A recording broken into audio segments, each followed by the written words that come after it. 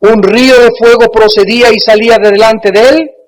Millares de millares le servían y millones de millones asistían delante de él. El juez se sentó. El juez se sentó y los libros fueron abiertos. Vemos que el profeta Daniel ve también y describe a Dios como un anciano de días, describiendo su eternidad. El eterno Dios estará sentado en ese trono para juzgar a los vivos y a los muertos. Pasemos ahora a otro pasaje en el Nuevo Testamento, en el libro de los Hebreos, capítulo 12, versículos 22 y 23. Sino que os habéis acercado al monte de Sión, a la ciudad del Dios vivo, Jerusalén la celestial, a la compañía de muchos millares de ángeles, a la congregación de los primogénitos que están inscritos en los cielos, a Dios, el juez de todos. A Dios, el juez de todos. A los espíritus de los justos, hechos perfectos. Sin embargo, la Biblia no solamente nos afirma que es Dios el Padre el que estará presente en este juicio, sino que también en este juicio y en este mismo trono se encontrará su santo Hijo Jesucristo. En el libro de los Hechos, capítulo 10, versículo 42, dice los apóstoles, y nos mandó que predicásemos al pueblo y testificásemos que Él es el que Dios ha puesto por juez de vivos y muertos. Los apóstoles testifican que Jesucristo, el Hijo de Dios, será también la persona que se sentará ahí precisamente en el gran trono junto a su Padre. Y en la segunda carta a Timoteo, capítulo 4, versículo 1, el apóstol Pablo escribe: te encarezco delante de Dios y del Señor Jesucristo, que juzgará a los vivos y a los muertos en su manifestación y en su reino. El apóstol Pablo enfatiza que Jesucristo también estará ahí sentado como el juez. Dios envió a su Hijo hace 2000 años a morir en una cruz, a sufrir, a padecer escarnio, indignación de todas las cosas que sucedieron alrededor de los espíritus que lo atormentaron, de los hombres que lo desecharon, que se burlaron de él, y sin embargo ese mismo Dios es el que Dios ha puesto como juez de los vivos y de los muertos. Ahora muy bien, ¿qué personas estarán en el gran juicio final o en el juicio del gran trono blanco para ser juzgados? Los cristianos. Dice Juan 5:24 que todo el que oye la voz y la palabra del Señor y cree en el Evangelio de la gracia de Dios, no vendrá a este juicio. No vendrá a condenación. La palabra condenación en Juan 5:24 es la palabra griega krino, que se usa siempre como la sentencia final donde no hay absolutamente ninguna revocación. Entonces, aquel que oye mi palabra y cree al que me envió, no vendrá a juicio, mas ha pasado de la muerte a la vida. En Romanos 8, versículo 1, el apóstol Pablo escribe: ningún juicio, ninguna condenación hay para los que están en Cristo Jesús. Vamos a explicar esto. Cuando un ser humano confía en la obra de la cruz de Cristo y recibe a Cristo como su Señor y su Salvador, en ese momento mi juicio ya lo llevó Él en la cruz. Y al aceptar yo a Cristo como mi Señor y mi Salvador, soy libre de este juicio del gran trono blanco, de este gran juicio final, porque Cristo ya pagó por mí. Y nos ha librado de la condenación eterna, del infierno y del lago de fuego. Es tan serio y tan solemne el juicio final, y la única oportunidad que tenemos los seres humanos para ser salvados en la corta vida que Dios nos dio, que tuvo Cristo que intervenir en el espacio y en el tiempo, sufrir el escarnio, la burla, repito, por todos nosotros, morir crucificado como un criminal para decirnos, los amo. Tú no tienes por qué condenarte, no tienes por qué ser sentenciado, no tienes por qué ir a ese juicio. Vengo a salvarte del juicio, vengo a salvarte del infierno, vengo a salvarte de tus pecados. Sin embargo, todos aquellos que rechazaron a Jesucristo, que no aceptaron ni le siguen aceptando y se siguen burlando de Él, a pesar de que el mismo evangelio que predicaron los apóstoles se sigue predicando 2000 años después, estarán en este juicio por la siguiente razón, que Cristo explica en el Evangelio de Juan, capítulo 3, versículo 18 al 21. El que en Él cree no es condenado, o no vendrá a juicio, pero el que no cree ya ha sido juzgado, ya ha sido condenado. En otras palabras, hay personas en esta noche y muchos que nos miran por la televisión, y ojalá que no sean muchos. Le rogamos a Dios que no sean muchos, que ya en vida, Dios ha dictado la sentencia contra tu corazón. Dios sabe perfectamente bien que tú no vas a aceptarle, que le vas a rechazar, que vas a seguir burlándote, nunca lo vas a tomar en serio, nunca lo vas a obedecer. Te encanta venir a la Biblia, te encanta estudiar la palabra de Dios, te encanta venir a la iglesia, pero te sales de aquí y no haces lo que Dios te manda. Dice Dios, yo conozco tu corazón y yo lo escudriño. Hay personas, solo Dios conoce, que ya en vida están sentenciadas. Ya solamente están esperando su muerte para que la sorpresa les asombre y les muestre que realmente jamás le entregaron su corazón a Cristo. Dice Jesús, porque no ha creído en el nombre del unigénito Hijo de Dios. Y esta es la condenación, esta es la crisis. Este es el juicio, que la luz vino al mundo y los hombres amaron más las tinieblas que la luz porque sus obras eran malas. La razón por la cual tú vas a ser sentenciado y por la cual tú vas a ser juzgada y por la cual pasarás la eternidad en el infierno y en el lago de fuego es porque amas más tus pecados que la luz. Una vez que tú has sido iluminado con el Espíritu Santo, una vez que tú has escuchado el Evangelio de la gracia de Dios, una vez que has oído que en la cruz Dios perdonó tus pecados y que tú no tienes por qué condenarte y solamente tienes que rendirte, invitarle a tu vida como tu Señor y Salvador, y tú sigues amando más las tinieblas que la luz, ¿qué otra cosa puede Dios hacer por ti? ¿Podría Cristo volver otra vez a ser sacrificado? Dice en Hebreos que por un solo sacrificio nos hizo perfectos para siempre. Y si Cristo tuviera que volver a ser sacrificado para que tú tuvieras que volver a arrepentirte otra vez, entonces su sacrificio en la cruz hace 2000 años no tuvo absolutamente ningún significado. Vemos pues que dice Cristo, porque todo aquel que hace lo malo aborrece la luz. Y no viene a la luz para que sus obras no sean reprendidas. De acuerdo a Jesús, mentira, que tienes problemas intelectuales para creer en Dios. No es cierto que es un problema de carácter académico o que te falten evidencias o que necesitaras ver un milagro para creer en Dios. De acuerdo a Jesús, el problema del ser humano no es intelectual, es de carácter moral. O sea, no te conviene creer en Cristo. Hace algún tiempo tenía yo una cruzada en una ciudad del sur de la República Mexicana y hablé sobre el infierno esa noche. Eran miles de jóvenes los que estaban en esa noche reunidos. Y al acabar me bajé del podio y había unas muchachas ahí esperándome y una me dijo, usted solamente viene aquí a inspirarnos miedo y temor. Mentiras que existe el infierno y que existe el diablo. Aquí está el infierno. Venía con dos muchachas, una de ellas era cristiana. Y le dije a la muchacha, bueno, ¿cómo te llamas? Y sabes una cosa, le contesté, me preocupa.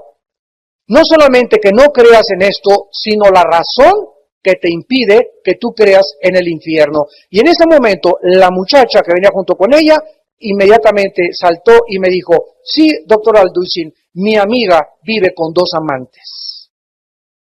Entonces, nos damos cuenta que detrás de toda persona que se resiste a creer, que se resiste a avanzar, que se resiste a entregarle su vida a Cristo, no es porque no pueda creer. ¿Y por qué llegan al infierno? ¿Y por qué se burlan de estas cosas? Porque sus pecados son más importantes. Y están tan esclavizados en sus pecados que aman tanto las tinieblas que no pueden ellos aceptar a Cristo, no porque no puedan, sino porque no quieren entregarles su voluntad. Detrás de todo ateo hay una mar de amargura y de heridas de su pasado. Detrás de todas las personas inmorales que se burlan del mundo y que se burlan de Dios, existe el deseo de que si le entregan su vida a Cristo, necesitan dejar su vida inmoral. Ahí estarán todos los no creyentes en este juicio. Y entonces sabrán que su incredulidad fue rebelión, fue un producto de su insanidad mental. Fue una locura haber creído que podían vivir sin tomar en cuenta a Dios. Como dice el Salmo 14:1, dice el necio en su corazón, no hay Dios. La decisión de Dios en el juicio del gran trono blanco será final, será eterna. No habrá apelación, no habrá perdón, no habrá misericordia. Será demasiado tarde para hincarse y pedir perdón. Dice Apocalipsis 20, versículo 11, ahí estaban delante de él, parados, dice el versículo 12, y los muertos y grandes de pie ante Dios. Ya no hay nadie hincado en este juicio. Ya no habrá que alguien que, ay, papacito lindo, ay, mi Diosito lindo, si tú eres tan bueno, que a nadie vas a mandarnos de nosotros al infierno. Yo siempre creí que eras tan bueno, así te va a contestar Dios. Nadie que esté en el infierno podrá jamás negar que nunca fue amado por Dios. Y si alguien duda, si Dios te ha amado, voltea a la cruz. Y ahí dirigirá Dios las miradas de todas las personas que digan, es que cuando me amaste, hay una cruz. Y de tal manera te amé que di a mi Hijo Jesucristo. Para que no te perdieras, no te condenaras, no estuvieras aquí en este juicio, hijo o hija mía, sino que tuvieses la vida eterna y el perdón de tus pecados. Dice en Hebreos 3:8, cuando oigo su voz, no te endurezcas. Dice en 2 Corintios 6:2, hoy es el día de tu salvación. Hoy es el día en que Dios te está hablando al corazón, no te endurezcas. Muchos creen, bueno, lo voy a pensar. Tal vez mañana. Ahorita tengo un amante. Ahorita soy homosexual. Ahorita estoy transado en mi trabajo. Ahorita me dedico a vender drogas. Ahorita tengo una persona que no es mi esposa y vivo con ella, etcétera, etcétera. Lo voy a pensar más. Y tú ves estos pecados como un obstáculo para venir a la cruz. Y Dios te dice, ven ahorita y ahorita te arrebato del infierno. Entrégame tu vida hoy en la noche y yo me encargo de darte el poder de que dejes esa droga, de que dejes la homosexualidad, de que dejes de robar, de que dejes esto, te cambiaré de trabajo, te daré una nueva vida, te inyectaré una fuerza y un poder que jamás tú conociste, pero tú tienes que reconocer hoy que el Evangelio se predica, que me necesitas, que necesitas arrepentirte, porque tú puedes hoy que me estás escuchando morir hoy mismo en la noche. Morir mañana en la mañana cuando te levantes o mañana ser el último día. Cuando oigas su voz no te endurezcas. Hoy es el día aceptable. Es cuando Dios llama al arrepentimiento, porque el arrepentimiento es un don. O sea, no es cuando los seres humanos querramos arrepentirnos. Dios dice, hoy es cuando te concede arrepentirte. Y si cuando Dios te concede arrepentirte, tú no te arrepientes, no te vendrá otra oportunidad. Hay muchos que dicen, bueno, cuando vaya en la ambulancia, ya cuando vaya en la Cruz Roja, cuando me estén poniendo el oxígeno, entonces, papito lindo, perdóname por todos mis pecados y te pido que me lleves al cielo. Dios sabe que estos pensamientos están en tu corazón y dice la Biblia, Dios no puede ser burlado. Dios no puede ser burlado. Cuando Él te ofrece la salvación, hoy es el día aceptable, hoy es el día en que tú necesitas, en este momento que estás escuchando este mensaje, arrepentirte de tus pecados. Esta es la razón por la cual finalmente serán juzgados y condenados. Y en segundo lugar, en este juicio estarán también ángeles. En 1 Corintios, capítulo 6.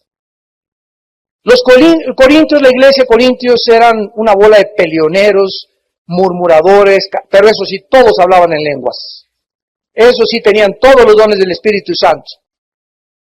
Y se demandaban unos a otros, y bueno, era una cosa terrible la iglesia de Corinto. Y en primera carta, capítulo 6, dice el versículo 1 y 2, ¿osa alguno de vosotros cuando tiene alguno algo contra otro, ir a juicio delante de los injustos y no delante de los santos? ¿O no sabéis que los santos han de juzgar al mundo? Nosotros también estaremos en el juicio del gran trono blanco. Los cristianos, los creyentes, los que en cualquier parte del mundo invocan el nombre de Jesucristo como Señor y Salvador, como el gran jurado. Ahí estaremos, tú y yo, como el gran jurado, atestiguando, testificando que Dios es justo, junto con la sabiduría de los arcángeles y de los ángeles, para que ninguna criatura en el mundo pueda, en ese momento, en el juicio, decir, es injusto que me condenes, es injusto, es una aberración, un infierno que arda con fuego y azufre por toda la eternidad. Nadie podrá, en ese momento, acusar a Dios de injusto. ¿No sabéis que los santos han de juzgar al mundo? Y si el mundo ha de ser juzgado por vosotros, ¿sois indignos de juzgar cosas muy pequeñas? ¿O no sabéis que hemos de juzgar a los ángeles? Ahí van a estar los ángeles también, y nosotros vamos a formar parte de este juicio como el gran jurado eterno de Dios. En la segunda carta del apóstol Pedro, capítulo 2, él habló acerca de estos ángeles precisamente que están ahorita esperando este juicio. Dice en segunda de Pedro, capítulo 2, versículo 4, porque si Dios no perdonó a los ángeles que pecaron. Los ángeles fueron creados con la oportunidad, igual que Adán y Eva, igual que tú, igual que yo, de adorar, reconocer, servir, hincarse, amar, conocer a Dios voluntariamente. Dios pudo haber creado un ejército de robots con alas que jamás hubieran revelado, que jamás hubieran pecado, igual que al ser humano. Pudo haber creado una raza de puros robots, donde jamás hubiera existido la alternativa, la opción de escoger, no quiero servirte. Pero Dios nos crea con una capacidad pensante, con una volición, con decisiones sentimentales y emocionales, en las que Dios nos hace responsables, lo que no hizo con los animales. Los animales son guiados por instintos. Los animales usan el sexo cuando es la temporada, cuando es el tiempo. Instintivamente Dios les puso un programa para que tuvieran relaciones. El ser humano no fue creado con instintos. Somos los únicos seres que podemos escoger cuándo traer hijos. Podemos escoger cuándo tener relaciones. Podemos escoger usar el sexo fuera del matrimonio, como hablé este domingo, o dentro del matrimonio. Somos responsables de las decisiones, de los deseos. Nos dio el deseo de comer, nos dio el deseo de dormir, el de tener impulsos sexuales, para que nosotros supiésemos controlarlos. Estos deseos nunca deben controlarnos a nosotros, porque ese no es el propósito original de Dios. Dios quiere que nosotros controlemos nuestros deseos, nuestros impulsos, seamos dueños de nosotros mismos. No seamos esclavos del pecado. Que nosotros gobernemos el pecado, que el pecado no nos gobierne ni nos domine. Porque todo aquel que es gobernado por el pecado, esclavo se convierte en el pecado. Dice Romanos 6:16. Entonces, estos ángeles, dice la Biblia, los arrojó al Tartarus, que aquí se tradujo infierno, y los entregó, observen, a prisiones de oscuridad para ser reservados al juicio. Hay una prisión en el espacio, o tal vez aquí en el fondo de la tierra, no dice dónde está el Tartarus. Se tradujo infierno equivocadamente. No es infierno, infierno es Gena en el griego. Y en el infierno no están los ángeles. Esta palabra es Tartarus. Es la única vez que aparece en el Nuevo Testamento y es la prisión donde se encuentran millones o miles de ángeles, que son los que quisieron pervertir la genética de Dios en Génesis capítulo 6 y alteraron la genética, produjeron gigantes de 350 metros y trataron de abortar la misión de Dios para que el Mesías no naciera entre nosotros. En el libro de Judas, después de segunda de Pedro, siguen las cartas de Juan y luego Judas. Antes de Apocalipsis, este libro de Judas, dice el versículo 6 y el versículo 7, y a los ángeles que no guardaron su dignidad, sino que abandonaron su propia morada. O sea, Dios había colocado a cierto grupo de ángeles, limitándolos en el espacio y en el tiempo, y les dijo, esta es la demarcación, no pueden salirse de ahí. Este es el espacio que yo les he asignado a ustedes. Aquí es donde van a morar, aquí es donde van a ejercer el servicio a lo cual yo los comisioné. Pero estos ángeles se salieron de la demarcación, de los límites que Dios les puso. Es lo que significa, abandonaron su morada. La palabra morada significa habitación. Es la palabra griega oiketerión, que significa lugar para vivir. Abandonaron su lugar donde Dios los puso para vivir, y estos ángeles los ha guardado bajo oscuridad, en prisiones eternas para el juicio del gran día, de este gran día que en esta noche estamos estudiando. Y vean ustedes que estos ángeles, dice la Biblia, como Sodoma y Gomorra y las ciudades vecinas, las cuales de la misma manera que aquellos, habiendo fornicado e ido en pos de vicios contra naturaleza, fueron puestos, por ejemplo, sufriendo el castigo del fuego eterno. Estos ángeles de Génesis 6, si alguien tiene dudas de Génesis 6, que los hijos de Dios son los ángeles que abandonaron su morada y que tuvieron perversión sexuales con los seres humanos, aquí lo acaba de explicar Judas. Que igual que los sodomitas, estos ángeles, igual que los sodomitas, Dios prohibió el sexo hombre con hombre, mujer como mujer. Y Dios les prohibió a estos ángeles también que no podían meterse con los seres humanos, porque estaba prohibido por Dios, no era natural. Seres humanos con seres humanos, ángeles no podían ellos tener ninguna relación. Y dice la Biblia que igual que los sodomitas, se fueron tras carne extraña y cometiendo el pecado de los mismos sodomitas. ¿Qué hicieron? Dice Génesis 6, y vieron, los hijos de Dios se asomaron, qué guapas están las muchachas allá abajo, ¿verdad? Vamos allá abajo, y trataron de abortar el plan de Dios, pervirtieron la genética de alguna forma, se introdujeron y fertilizaron monstruos, alteraron los genes de los varones y se produjeron monstruos de 350 de estatura, los gigantes con 12 dedos en los pies y 12 dedos en las manos, que son los que impidieron o trataron de impedir la conquista de la tierra de Canaán, y a los cuales el rey David los derrotó a todos. El rey David fue el que acabó con todos los gigantes. Y todos los gigantes eran diabólicos, satánicos totalmente, porque eran mezcla, ángeles, seres humanos. Ahora, dice la Biblia, aquí en Apocalipsis 20, versículo 11, vi un gran trono blanco, al que estaba sentado en él, al cual ya identificamos.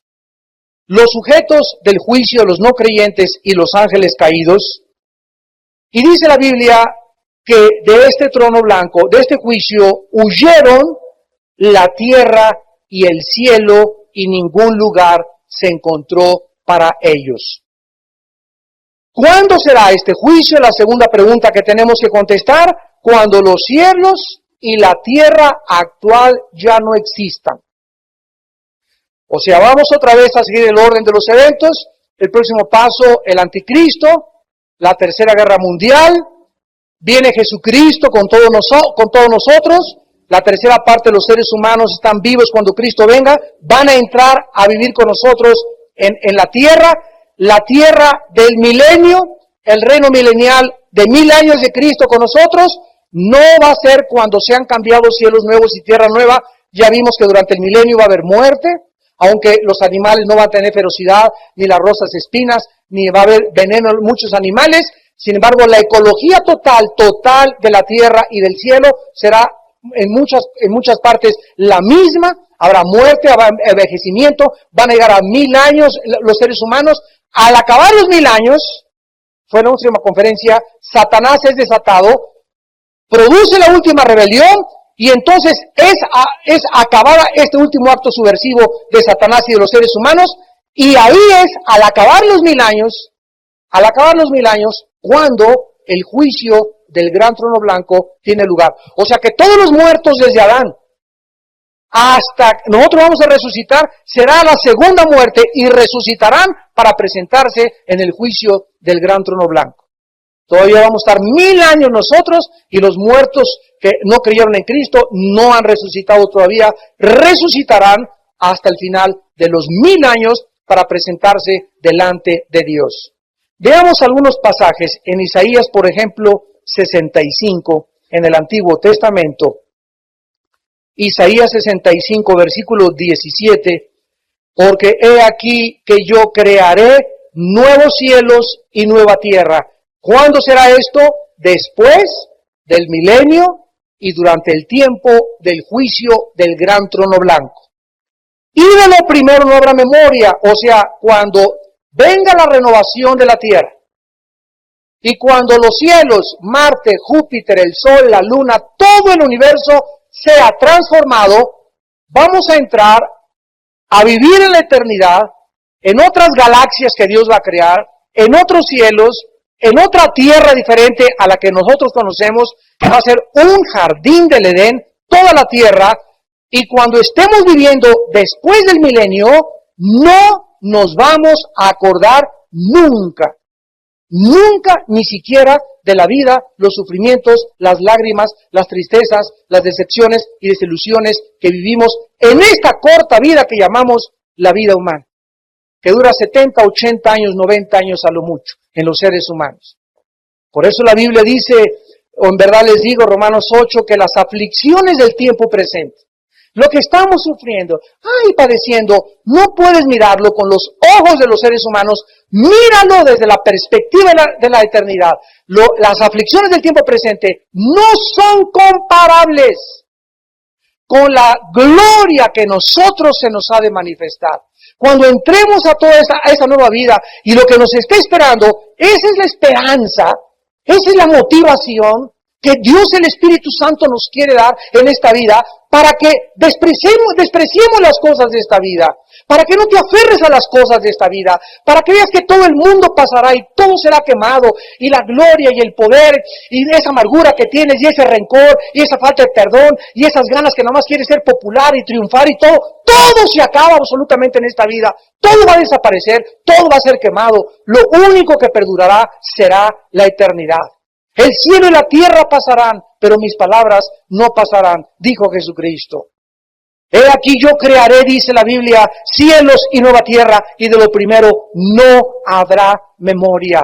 Ni más vendrá el pensamiento. Allá no te vas a acordar quién fue tu abuelita, ni quién fue tu mamacita, ni tus hijos, ni tu perro Fido, ni tu perico, ni tu mamá. Por eso Cristo insistió cuando estuvo vivo, mi madre y mis hermanos son los que hacen mi voluntad. Aquí estamos aferrados, si mi mamá no se va al cielo conmigo, y mi hijo, pues si no quieren subirse al barco, que se queden y que se ahoguen. Ni modo. No podemos ahí estar lamentándonos, encargando a las personas que no quieren subir al barco, al arca de la salvación. Si quieren ahogarse, pues que se ahoguen. Solo Dios los puede cambiar. Tenemos que orar por ellos nada más, pero no podemos cambiar nosotros a ninguna persona. Esa es la labor del Espíritu Santo. Es lo que nosotros tenemos que tener conciencia. Y hay personas, ¿y por qué sigues diciendo? Es que mi mamacita no se convierte. Es que tengo un hijo, es que tengo una hija. Deja tu hijo, ya está grandotote, ¿verdad? Ya tiene mayoría, que enfrente sus responsabilidades, que le vaya como en feria, que si quiere ahogar, que se ahogue. Tú sigues sirviendo a Cristo. No tengas ese peso dice en Hebreos 12. Despojémonos de todo peso y de pecado que nos asedia y corramos ligeros la carrera que tenemos delante. Tenemos que aprender a quitar nuestros pesos que nos estorban, que nos impiden hacer la obra de Dios. Tenemos que seguir adelante, y seguir adelante, y seguir adelante, y seguir adelante. Y no, mi chiquilín aparece, ya va caminando el ejército, y ya llevan como 5 kilómetros, y tú, mi chiquilín no se quiere parar, pues que se quede ahí tirado.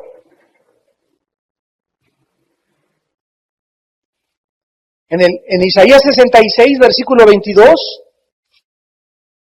porque como los cielos nuevos y la nueva tierra que yo hago permanecerán delante de mí, dice Jehová, así permanecerá vuestra descendencia y vuestro nombre. Luego vemos finalmente en segunda de Pedro capítulo 3, que el apóstol Pedro narra, registra, describe con muchos detalles más claros que los profetas del Antiguo Testamento.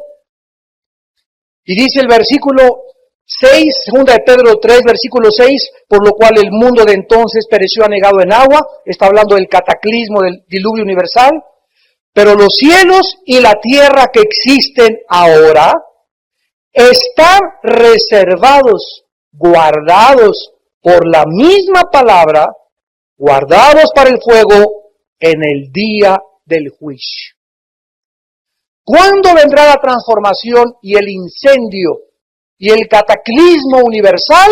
En el día del juicio. O sea que las personas que estén en el juicio del gran trono blanco van a estar viendo ese mundo que amaron, esas estatuas que adoraron, esa fama que quisieron, la popularidad, su dinero, sus ambiciones, de repente desaparecer con el fuego eterno de Dios. Ahí estarán ellos como espectadores, viendo todas las cosas desaparecer. Todo el actual universo explotará. Será desintegrado totalmente. Los elementos, o sea, los átomos ardiendo se fundirán, algo jamás soñado o imaginado por el ser humano sucederá. Cielos y tierra serán destruidos por el fuego de Dios. Y todas estas personas serán testigos de esta gran explosión universal. Dice aquí en 2 de Pedro 3, versículo 10, pero el día del Señor, vean ustedes cómo está asociado. El día del juicio con el día del Señor vendrá como ladrón en la noche, en el cual los cielos, la palabra cielos es uranos en el griego. Los uranos pasarán con grande estruendo y los elementos, stoicheion en el griego significa átomos. ¿Qué son las partículas atómicas más pequeñas que se descubren de la materia, aunque hay partículas subatómicas actualmente? Y los elementos ardiendo serán desechos, o sea, la composición molecular, de lo cual la materia está compuesta actualmente, será desintegrada. Ahorita, ¿qué mantiene esta cohesión de los átomos? ¿Por qué le hago así a la mesa y me estrello? Porque la composición molecular es tan cerrada que impide que mi mano pueda atravesar. Porque todo está formado molecularmente de átomos, electrones, protones y neutrones. Toda la materia. Pues estas partículas, de los cuales la materia fue escogida por Dios, que fuera y formara el universo, serán desechos. Ya no habrá en la nueva creación la composición de los átomos. Ya la materia tendrá otra composición, pero ya toda la materia será totalmente desintegrada atómicamente. Y la tierra y las obras que en ella hay serán quemadas. Esto es maravilloso porque, repito, vamos a ver qué dice la Biblia en Apocalipsis 20, versículo 11. Y delante del cual huyeron la tierra y el cielo, y ningún lugar se encontró para ellos. Cuando dice en Apocalipsis 20, 11, y ningún lugar se encontró para ellos, se está refiriendo a los personajes, a los sujetos que van a estar presentes en este juicio blanco. El punto es que estas personas que van a ser juzgadas y van a ser después lanzadas al lago de fuego, podrán ver con sus ojos, como dijimos, el mundo donde vivieron, donde tenían su esperanza, el mundo donde se divirtieron, el mundo donde se burlaron de Dios, el mundo que creyeron que era todo lo que significaba para sus vidas y para ellos. Esta es la razón por la cual Cristo en Marcos capítulo 8, versículo 35 al 37, dijo, el que quiera salvar su vida, la perderá. El que quiera salvar su vida, la perderá. ¿De qué estaba Jesús hablando? ¿De salvarla de qué? Cristo viene y me dice, Armando, ¿me quieres seguir? Sí, Señor. Jesús nos contesta, niégate a ti mismo. ¿Qué significa negarse? Tú tienes pasiones, deseos, intereses, esperanzas.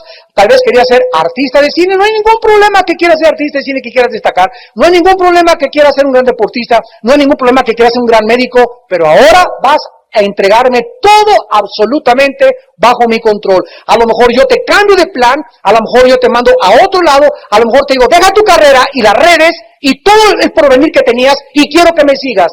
¿Estás dispuesto a hacerlo para que pueda ser digno de ser mi discípulo? No, Señor, yo prefiero salvar mi vida. Yo prefiero que no echarme enemigo a mi familia. Yo prefiero no ser tan fanático y religioso. Déjame ser mitad y mitad, ¿no, Señor? Y Jesús dijo, imposible. Nadie puede servir a dos amos. Si quieres salvar tu vida y crees que entregármela la estás perdiendo, la vas a perder. Pero si tú entregas mi vida y te deja y no le haces caso al diablo que te está diciendo, no vale la pena entregarle tu vida a Cristo porque es lo más lindo que tienes, mira el placer, la mota, el alcohol, el sexo, los viajes, etcétera, etcétera. Si tú crees que ahí se encuentra realmente la realidad y no me crees a mí, vas a perder tu vida, porque te vas a morir tarde o temprano. Tu belleza, tu dinero, tu posición, todo va a pasar como el vapor y como una niebla en la noche. Y por la eternidad te darás cuenta que hiciste un mal negocio. El que quiera salvar su vida, la va a perder, y el que la pierda por causa de mí y del Evangelio, la salvará. Y Jesús acaba diciendo, ¿de qué aprovechará si ganas el mundo y pierdes tu alma? ¿Qué pobre negocio hiciste con tu alma? ¿Ok? No, Señor, déjame vivir, mis amantes, mi dinero, el robo, el fraude, el que no tranza no avanza, mitad y mitad. Mira, Señor, y de repente va a llegar la muerte hoy de la noche a tu vida, o mañana tal vez. ¿Y de qué te sirvió? Todas las personas que mueran se van a dar cuenta que como un vapor se esfumó todo para siempre. Tus sueños, los libros que ibas a escribir, las ilusiones que tenías, la esperanza que tenías, todo se va a deshacer y te vas a enfrentar al juicio final. Es la única realidad que tenemos delante de nosotros.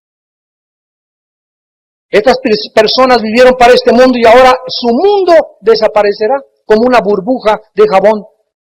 No pertenecen al cielo, por lo que se dice, no se encontró lugar para ellos.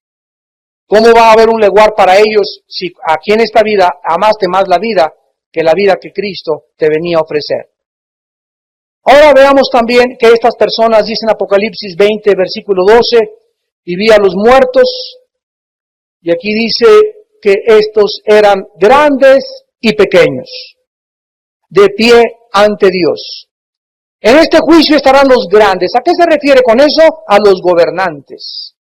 Los ricos. No significa que sea rico sea pecado. Los ricos que amaron más y que usaron su dinero como déspotas, como arbitrariamente, que se aprovecharon de los demás, que quisieron creer que tenían más poder y que pueden aprovecharse el mundo por sus riquezas, estarán ahí los industriales, los reyes, los magnates, todos los que abusaron de su autoridad, todos los que fueron déspotas y tiranos con la gente bajo de ellos, todos los satanistas, los brujos, los filósofos, los religiosos, los influyentes, todos los que fueron grandes según el mundo. Pero dice también los pequeños. Ahí habrá también esclavos, sirvientes, trabajadores, jardineros, campesinos, inditos, etcétera, etcétera. No el hecho que porque sea rico tiene más condenación. Hay indígenas y hay pobres mucho más orgullosos que mucha gente que tiene mucho dinero. El corazón es el mismo en los pobres y en los ricos. Por eso dice los grandes y los pequeños. Ningún no creyente estará exento. Todos los incrédulos, los rebeldes, los cobardes, los asesinos, los malos padres, los secuestradores, los violadores, los que abusaron de su esposa, los adictos al sexo, los drogadictos, los borrachos, los brujos, todas estas personas algún día serán llamadas para presentarse delante del juicio final. En Juan capítulo 5, el Señor Jesús lo dijo de esta manera. Evangelio de Juan, capítulo 5, versículos 28 al 29. No os maravilléis, porque vendrá hora cuando todos los que están en los sepulcros, oirán su voz. Y los que hicieron lo bueno saldrán a resurrección de vida, mas los que hicieron lo malo, a resurrección de condenación.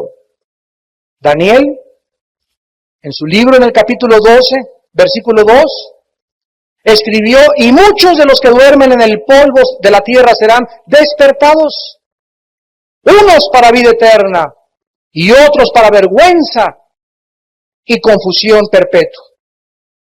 En el libro de Romanos capítulo 2, el apóstol Pablo, hablando acerca de la condenación y del juicio que los seres humanos habrían de tener, dijo, versículo 3, y piensas, oh hombre que me escuchas, tú que juzgas a los que tal hacen y hacen lo mismo, que tú escaparás del juicio de Dios.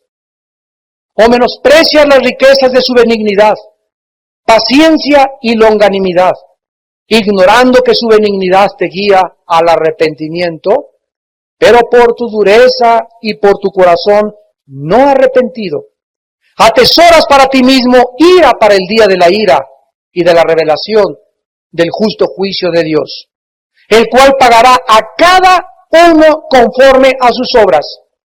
Vida eterna a los que perseverando en bien hacer buscan gloria y honra e inmortalidad, pero ira y enojo a los que son contenciosos y no obedecen a la verdad, sino que obedecen a la injusticia.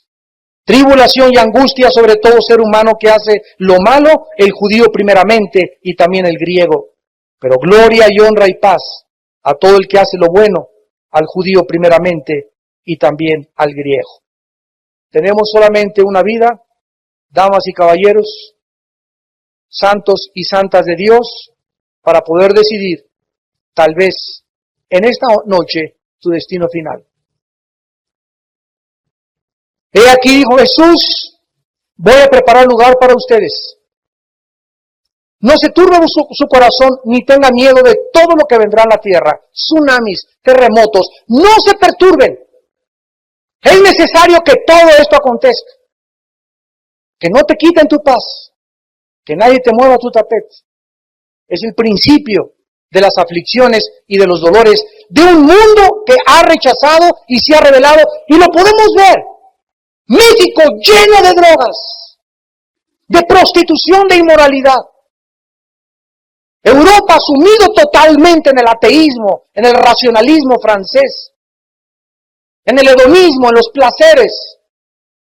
Los mercados asiáticos con la comercialización y la venta en Tailandia, Singapur, de muchachas de 13, 14 años. 3, 4 dictadores todavía existen en el mundo, creyendo que pueden ellos hacer con el pueblo lo que ellos quieren.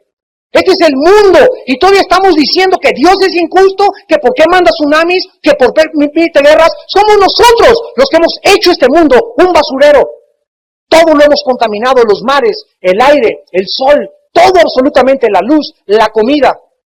Todo está absolutamente destruido por nosotros, por nuestra pésima administración, y nos creemos que tenemos la sabiduría de poder resolver nuestros problemas. Que las Naciones Unidas podrán salvar al mundo. Que un partido político tiene un candidato que puede traer un cambio social. Seguimos creyendo ingenuamente, utópicamente, que en el ser humano está la solución, y la solución está fuera de nuestro planeta. De un Dios que mandó a su Hijo hace 2000 años a visitarnos y a decirnos que si hay solución, se encuentra fuera de este planeta. Se encuentra en otro mundo, en un Dios, porque todos nosotros fuimos destituidos de la gloria de Dios y todos hemos pecado. Por lo cual no puede haber nadie que nos pueda salvar, porque no hay otro nombre dado bajo los hombres, bajo el cielo a los hombres, en que podamos ser salvos, más que en el nombre de Jesucristo. Jesucristo es la única esperanza para este mundo, hasta su segunda venida.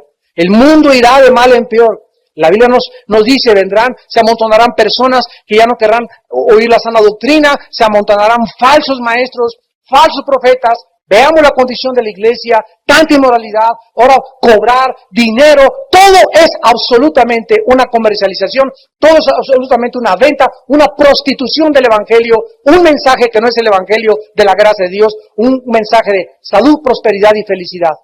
Ya nadie predica, el que no venga a mí, tiene que negarse, el que venga a mí cargue su cruz. Ahora se predica, recibe a Cristo, párate y sé feliz para siempre. Le frotas como Aladino la lámpara y sale el genio, y Jesús viene a concederte todos tus deseos. Es un evangelio barato, fácil y corrompido, porque no es el evangelio de Cristo. Jesús dijo claramente que hay una cruz que cargar, que hay que negarnos a nosotros mismos y que estemos dispuestos a dejar todo por causa de Él. Si realmente creemos y queremos algún día reinar por la eternidad, con Él por los siglos de los siglos, para la gloria de su nombre. Amén. Padre, gracias te damos en esta noche por tu palabra, por seguirnos alertando y mostrándonos el juicio se acerca, el juicio viene, el juicio viene.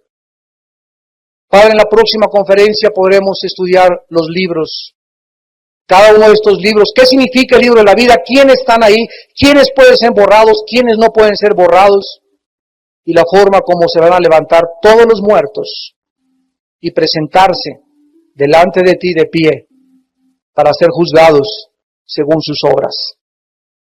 Gracias por esta oportunidad que le sigues dando al mundo de arrepentirse de sus pecados. Gracias por seguir llamando al arrepentimiento a una raza humana soberbia, intelectual y moralmente. Gracias por mostrarnos que jamás podremos alcanzar el nivel de la santidad más que con tu ayuda. Gracias por mostrarnos que somos inútiles e incapaces de ayudarnos a nosotros mismos. Ni nuestros proyectos económicos, sociales, políticos, militares nos podrán nunca ayudar.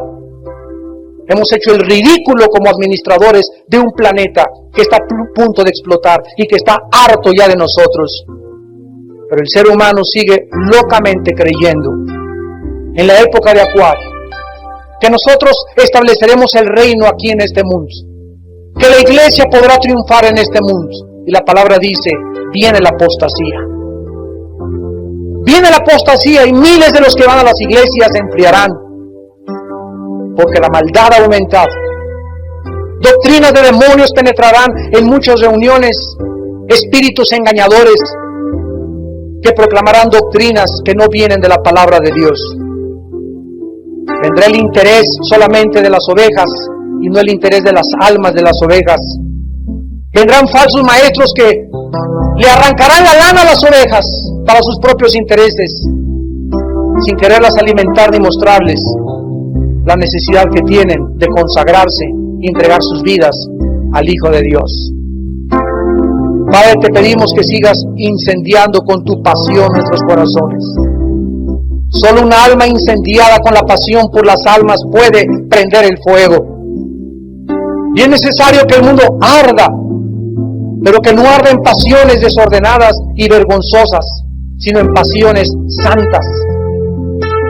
Porque con la misma pasión que nosotros amábamos el pecado y nos fuimos arrastrados por el pecado, ahora esa pasión tiene que ser encauzada para arder para Jesucristo, para amar las almas y vivir solo para las almas, sabiendo que todo lo demás, los cielos y la tierra pasarán, pero estas palabras de Jesús son eternas, porque su palabra es la verdad. En esta hora hay personas que han oído este mensaje de la gracia de Dios y del arrepentimiento de pecados, y a quienes Dios en esta noche está llamando a que vengan a la cruz. Tú que nos miras por la televisión, en el hospital, en la cárcel, en la sala de tu casa, este mensaje ha sido para ti, en la gracia y paciencia de Dios, para guiarte al arrepentimiento, para que dejes tu vida fácil y barata y vana, y entiendas que a Dios lo tienes que tomar seriamente. Que tienes en esta noche que hacer una decisión que va a determinar tu destino eterno, y que tal vez esta decisión no te vuelva a venir en tu vida jamás. Tú no sabes si esta noche ha sido la última noche que Dios te ha hablado a tu corazón. Las personas que esta noche quieran entregarle su vida a Jesucristo, que quieran arrepentirse de sus pecados, porque Dios te lo está concediendo que te arrepientas. Ahí desde tu lugar, desde el lugar donde nos estás viendo o escuchando, haz esta oración. Señor mío y Dios mío, reconozco el futuro de este juicio final que viene sobre el mundo y no quiero estar ahí.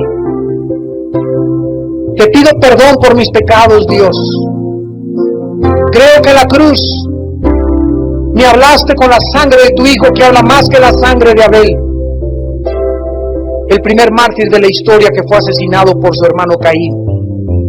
La sangre de Cristo, la sangre de Abel, clamaba y gritaba, pedía venganza. Pero la sangre de Cristo habla mejor porque nos ofrece el perdón. Esa sangre derramada nos habla que ya fue satisfecha la justicia de Dios, ya fue vengada la justicia y la santidad de Dios en la persona de su Hijo Jesucristo. ahora Dios te ofrece el perdón de tus pecados. Jesús, entra a mi corazón en este instante como mi Dios y mi Salvador. Lávame con tu sangre. Creo que la cruz pagaste en mi lugar con tu sangre y con tu vida. Creo que a los 3 días te levantaste de los muertos y creo que tú eres la única esperanza y futuro de la humanidad, de mi familia y de mi propia vida. Señor Jesús, entra a mi vida. Dame la fuerza y el poder de seguirte y de servirte y de poder salir de mi vida de pecado. Porque reconozco que primero tengo que dar este paso de confianza en ti para que me arrastres, me saques, me libres de la condenación eterna y de este juicio del gran trono blanco, en el cual no quiero estar más que como parte del jurado y no como un sentenciado a una muerte eterna por los siglos de los siglos. Gracias, Jesús, por esta oportunidad que me diste en este momento, y alabo y bendigo tu nombre por los siglos de los siglos.